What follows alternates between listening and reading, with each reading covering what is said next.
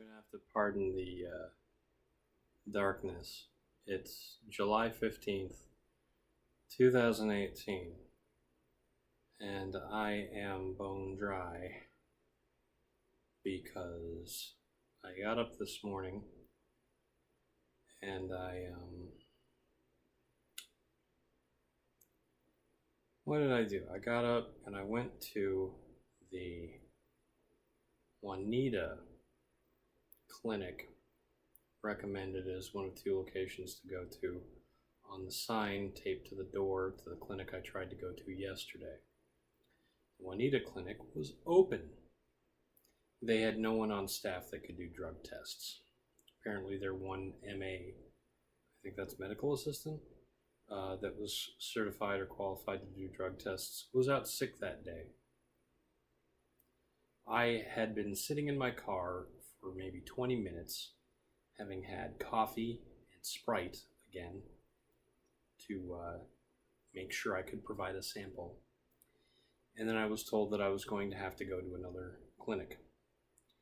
But she was pretty sure that there was beeping. I apologize. Forgot to do this. Okay, back to that.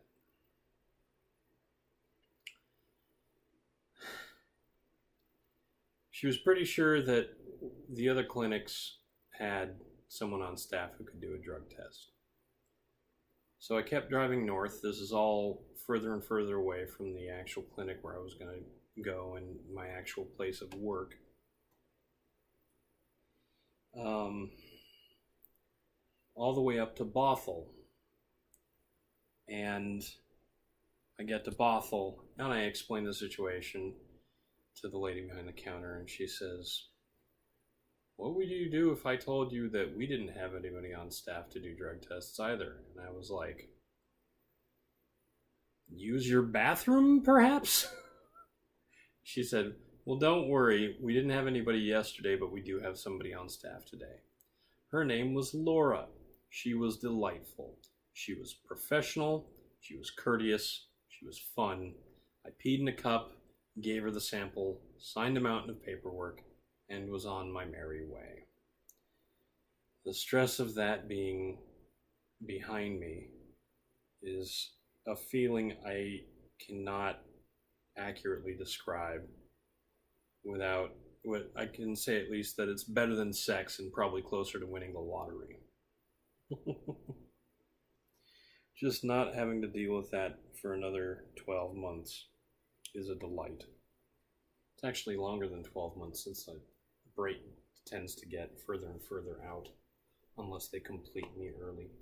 But anyway, what's this? This is the key to the neighborhood pool, which is something that I don't normally use most of the year because I don't feel the need, but it has been so hot today.